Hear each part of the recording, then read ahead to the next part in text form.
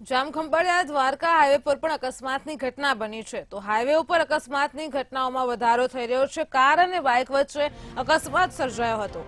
કારની અડફેટે બાઇક સવાર બે લોકોને ગંભીર ઇજાઓ થઈ છે। ઇજાગ્રસ્તોને તાત્કાલિક સારવાર અર્થે હોસ્પિટલ ખસેડાયા હતા તો ગંભીર ઇજાગ્રસ્ત એક વ્યક્તિને જામનગર રેફર કરાયો છે। જામખંભાળિયા દ્વારકા હાઈવે પર અકસ્માતની ઘટના બની હતી। કાર અને બાઇક વચ્ચે અકસ્માત સર્જાયો છે। આપ ટીવી સ્ક્રીન પર દ્રશ્યો જોઈ શકો છો।